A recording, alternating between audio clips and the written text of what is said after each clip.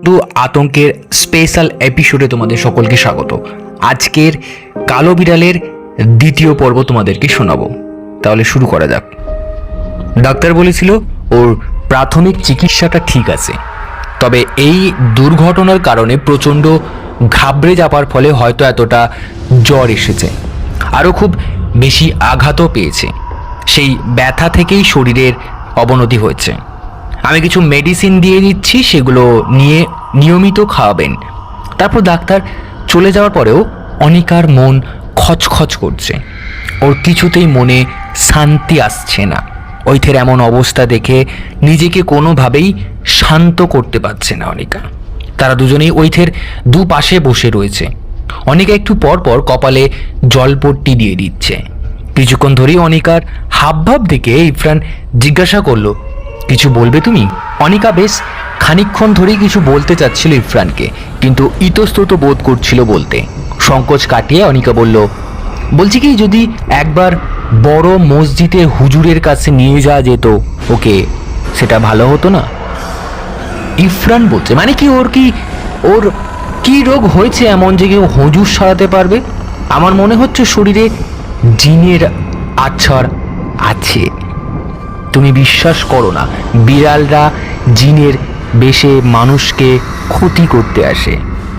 ইরফান বলছে, অনিকা প্লিজ, এমন একটা পরিস্থিতিতে তুমি এসব বাজে বকো না।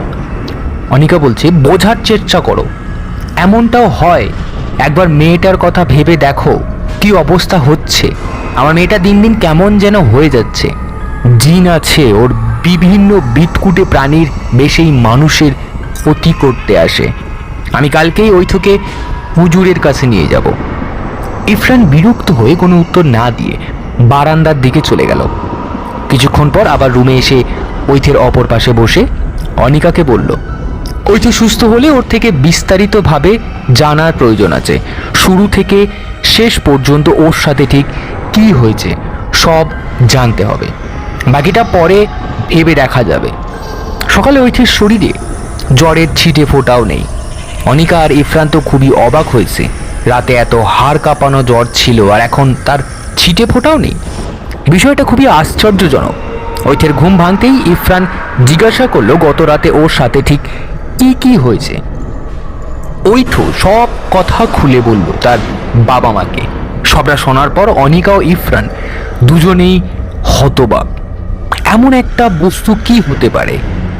ঘটনা জানার জন্য ইরফান অনিকাকে বলল সারাকে কল করার জন্য। অনিকা সারার নাম্বারে কয়েকবার ট্রাই করার পরেও কোনো ফোন রিসিভ করেনি সারা।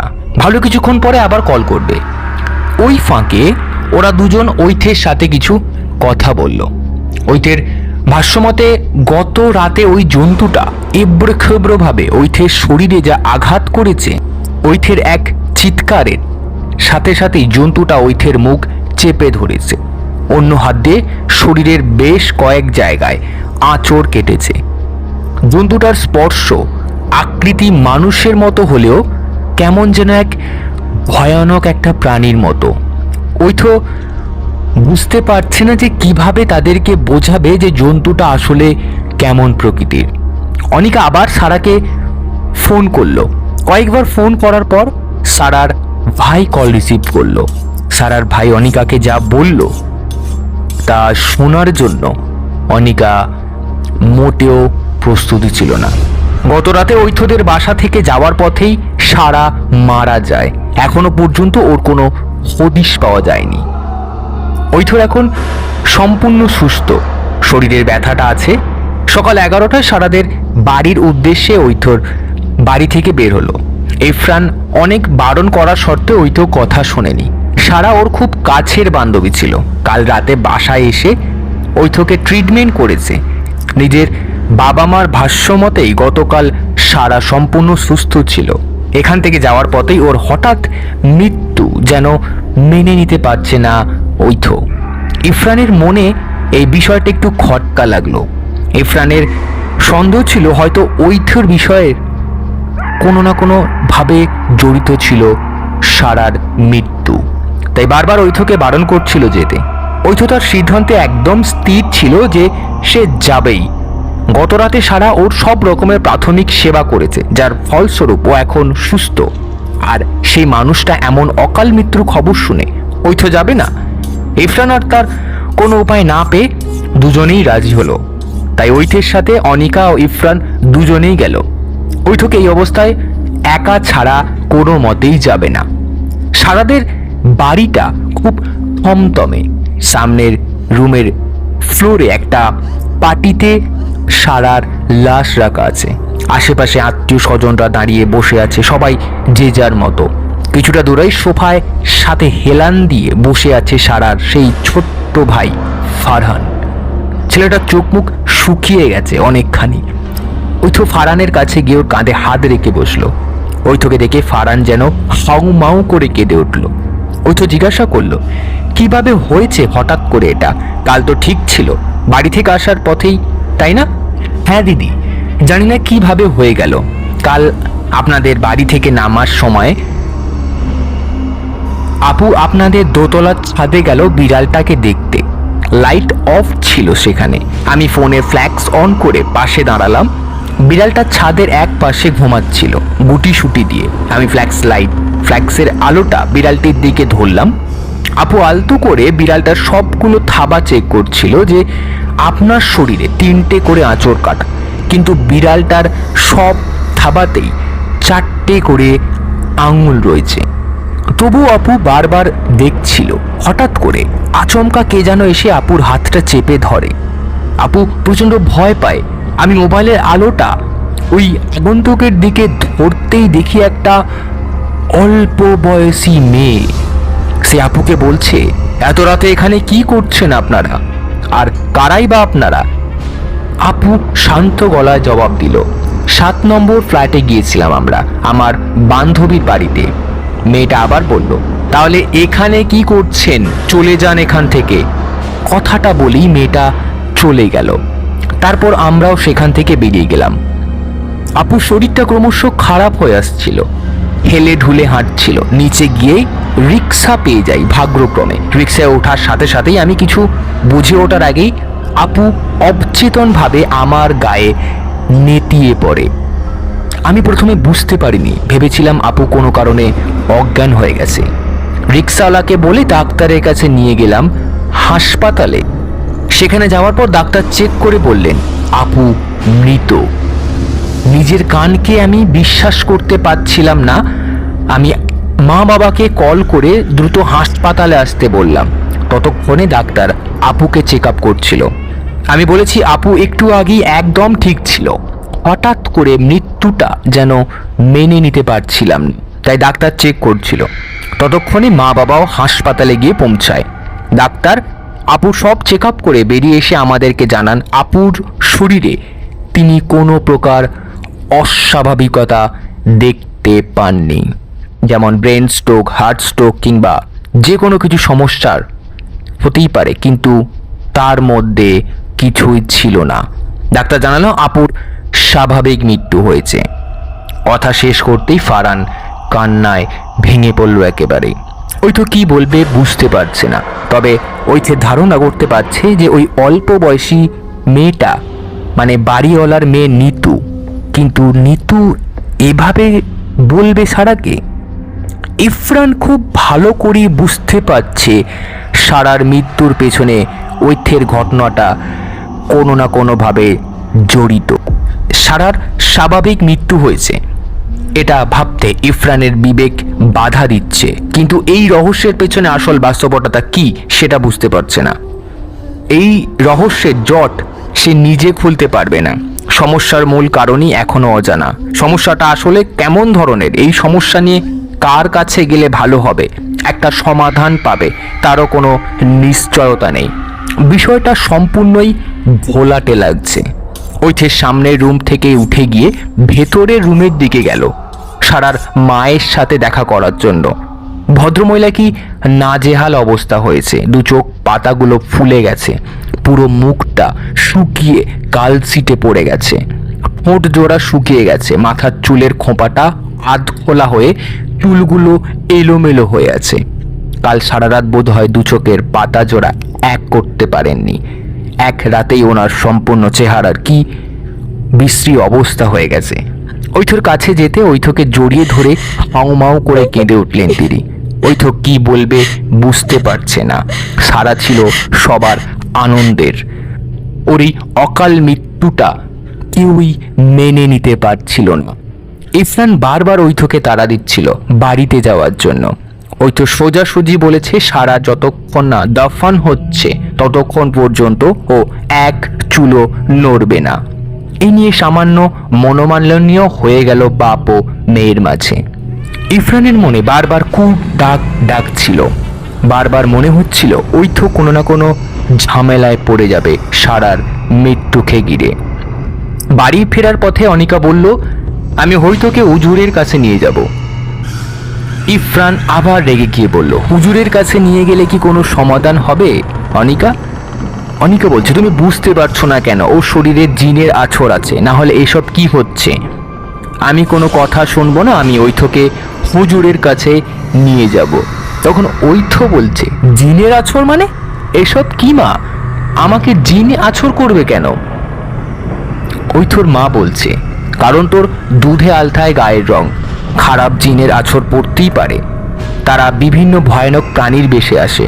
যেমনটা তুই বাড়ির বিড়ালটাকে দেখিস ঠিক তেমনটাই। বিড়ালটাকে তুই একরকম দেখিস আর আমরা অন্যরকম দেখি।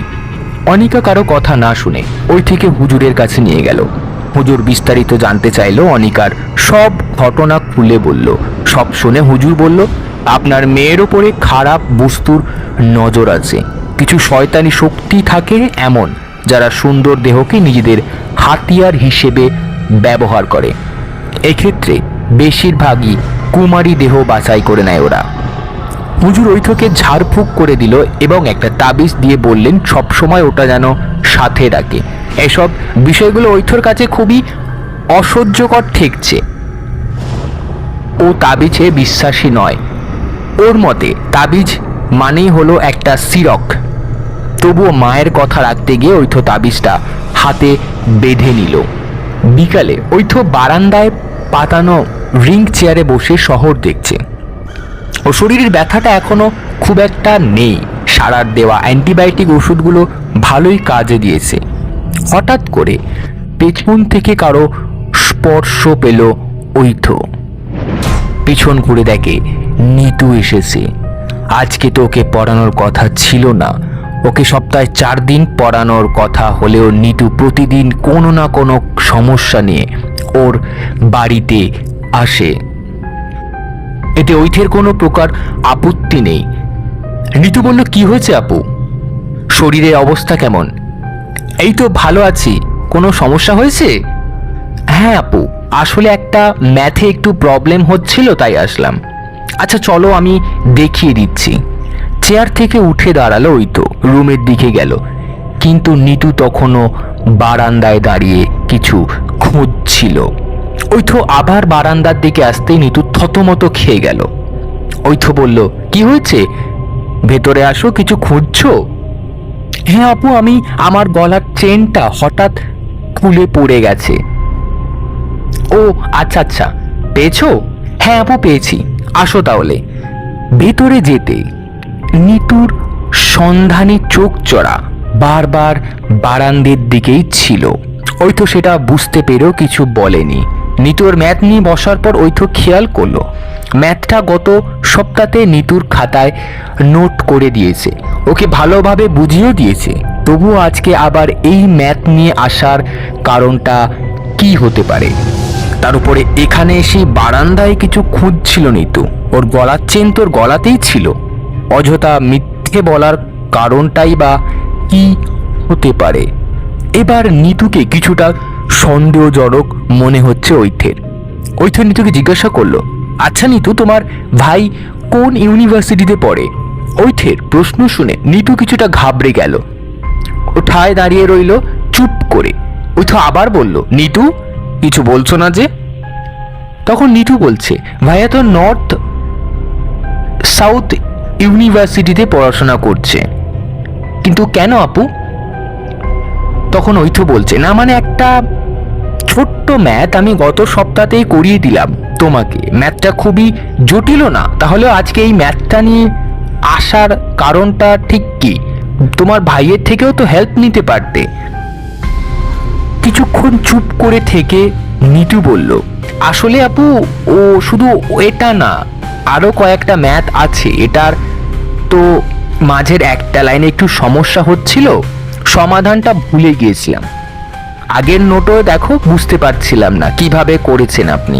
ভাইয়া সময় পায় না তো, তাই আমি আপনার কাছে এসেছি। নিতুর কথাবার্তা ওই তোর ভালো লাগছে না, সব কেমন যেন সন্দেহজনক ঠেকছে। ওই তোর সিক্স সেন্স বারবার বলছে সব ঘটনার পেছনে নিতু ওর আর ভাইয়ের হাত আছে।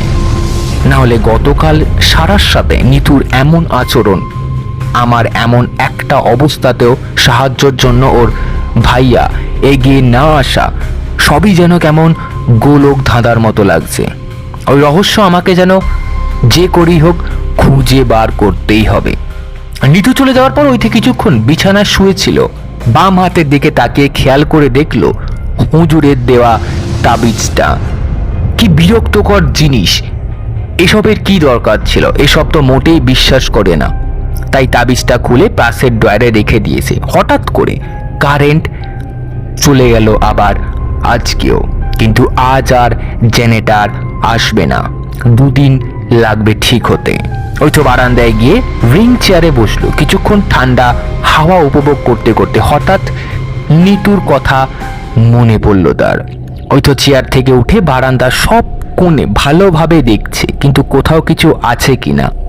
সব জায়গা চেক করে বারান্দার কোনায় রাখা ফুলদানির ঠিক নিচে একটা সিরিঞ্জ পেয়েছে।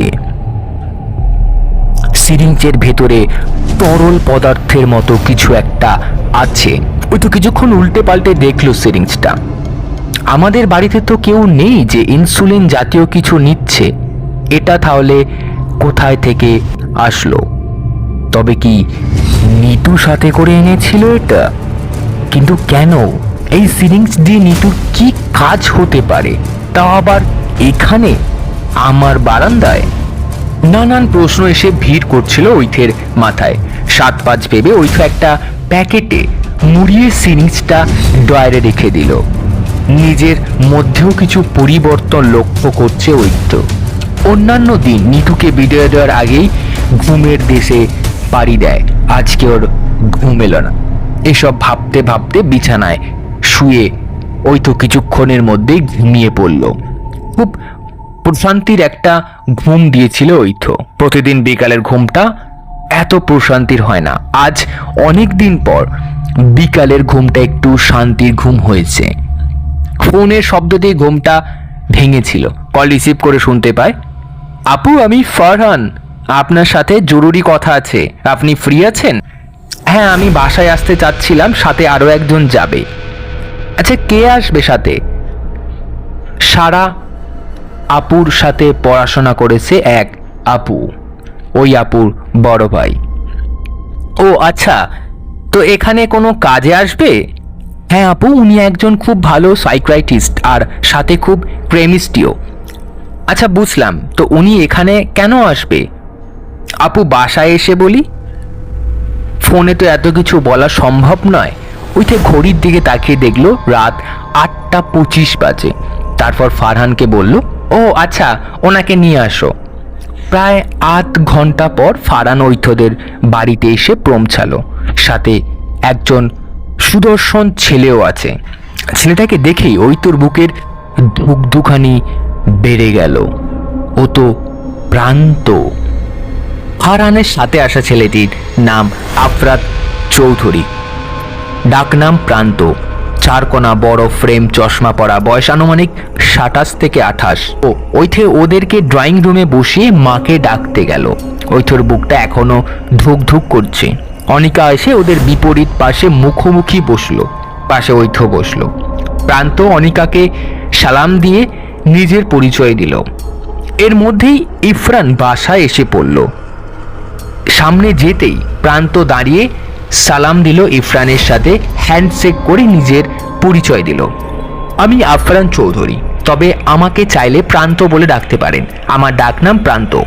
আমি ইফরান রহমান, প্রফেশনালি একজন ডাক্তার, স্পাই, লয়ার, কেমিস্ট, পাশাপাশি সাইকাস্ট্রিস্ট। মোটামুটি সব দিকেই অভিজ্ঞতা আমার আছে। আমি একজন বিজনেসম্যান, নিজের বিজনেস সামলাই, ফারহান বলল। আসলে আঙ্কেল, সারা আপুর মারা যাওয়ার ঘটনাটা জানার পর ভাইয়া বিষয়টি ক্লিয়ারিটি জানতে চাইছিল, তাই আপুর ফ্রেন্ডের ভাই হয় উনি, বিভিন্ন রহস্যের সমাধান করেছেন। আমি তো শুরু থেকেই সব বলেছি ভাইয়াকে। সব শুনে ভাইয়া আগ্রহী হলো ঘটনা সম্পর্কে খতিয়ে দেখতে। ভাইয়া বলল ঐথর সাথে সরাসরি এ বিষয়ে কথা বলবেন, সব ঘটনা আরও পরিষ্কার করে জানবেন, ঘটনা তদন্ত করবেন। তাই ভাইয়াকে এখানে নিয়ে এসেছি। প্রান্ত বলছে, যদি আপনাদের কোনো আপত্তি না থাকে তাহলে আমি মিস ঐথের সাথে ব্যক্তিগতভাবে কিছু কথা বলতে চাই।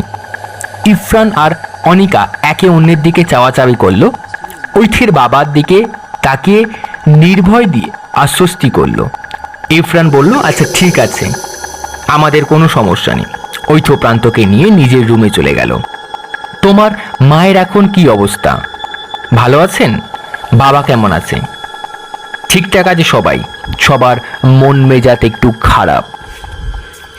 এমন একটা দুর্ঘটনা, আপু মারা যাবার পর থেকে কিছুই ঠিকঠাক লাগছে না। তোমাদেরকে দেখেই বোঝা যাচ্ছে। বুঝতে পারছি তোমাদের কারোই মন মানসিকতা ঠিক নেই। এই পরিস্থিতি সেরকমই। কি করব বলো? মেয়েটা কাল এমন সময় আমাদের এখানে ছিল, আর আজ মেয়েটা আমাদের মাঝে নেই। বিষয়টা সত্যিই খুব দুঃখজনক। কিছুক্ষণ পরে প্রান্ত আর ঐথ রুম থেকে বেরিয়ে এলো। ইরফান জিজ্ঞাসা করলো, শেষ কথা বলা? না আঙ্কেল, আজ নয়, অন্যদিন। কিছু সমস্যা আছে এখন, আজ আসি। কথাটা বলেই আর এক মুহূর্ত অপেক্ষা করলো না। প্রান্ত ফারহানকে নিয়ে বাসা থেকে বেরিয়ে গেল। ইরফান ওই থেকে জিজ্ঞাসা করলো, কি রে, কি হয়েছে? কি বললো ছেলেটা? কিছু বলেনি বাবা। তাহলে আসলো কেন? বাবা সব প্রশ্নের উত্তর পরে পাবে, এখন সময় না সব প্রশ্নের। অনিকা রেগে গিয়ে উত্তর দিল, পরে মানে? এখন কি সমস্যা? আমাদেরকে বলবি না কি হয়েছে? মা প্লিজ ট্রাই টু আন্ডারস্ট্যান্ড। এটা সঠিক সময় না, সময় হলে সব জানতে পারবে। কয়টা দিন অপেক্ষা করো, সব রহস্যের সমাধান বের হয়ে আসবে। কথাটা বলেই ঐথ নিজের রুমে চলে গেল। প্রান্ত ঐথর রুমে ঢোকার পর পুরো রুমটা ভালো করে দেখে নিয়েছে। রুমটা ভালো করে দেখে ঐথর দিকে নিজের ফোনটা এগিয়ে দিয়ে বলল, বেশি কথা বলার দরকার নেই, তোমার নাম্বারটা দাও ইমিডিয়েটলি। ঐথ কথা না বাড়িয়ে নাম্বারটা ডায়াল করে সেভ করে দিল প্রান্তর ফোনে। ফোন নিয়ে একটা কি যেন করছিল। ঐথ চুপ করে দাঁড়িয়ে আছে। একটু পরে ঐথের ফোনে একটা মেসেজের শব্দ আসলো। ঐথ ফোনটা হাতে নিয়ে দেখলো, হ্যাঁ মেসেজ এসেছে, লেখা আমি প্রান্ত। ঐথর মেসেজটা দেখে কিছু বলতে যাবে, অমনি আর একটা মেসেজ গেল, তোমাদের ফ্ল্যাট টোটালি সিসিটিভি ক্যামেরা দ্বারা নিয়ন্ত্রিত আছে, আর সে বিষয়টা অবশ্যই তোমরা কেউ জানো না। আর কোনো কথা না বলে আগামীকাল বিকেল 4টে নাগাদ তোমার বাড়ির সামনে ক্যাফেটেরিয়াতে চলে আসবে, সেখানেই সব কথা হবে। এখানে সেফটি পাচ্ছি না কোথাও। কথাটা বলেই প্রান্ত রুম থেকে বেরিয়ে গিয়েছিল। নিজেদের বাড়িতে এভাবে সিসিটিভি ক্যামেরা কে লাগাতে পারে, এটা ভাবতেই ঐথের অবাক লাগছে।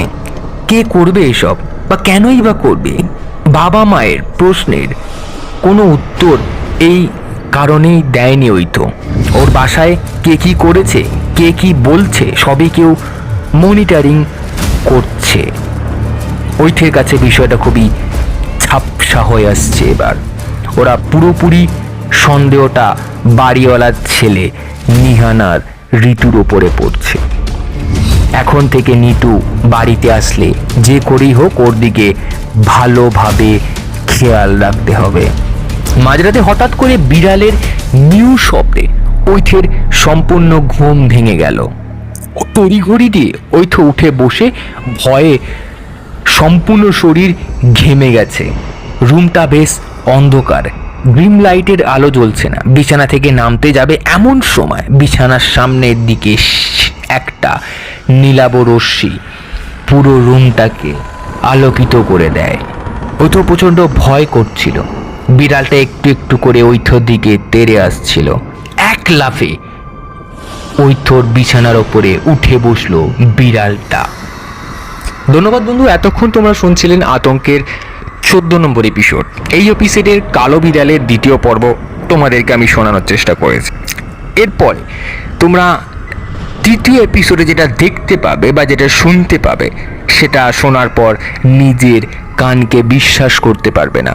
ধন্যবাদ বন্ধুরা এতক্ষণ শোনার জন্য। ভালো লেগে থাকলে ভিডিওটাকে লাইক করে দেবে আর আমাদের পাশে থাকবে।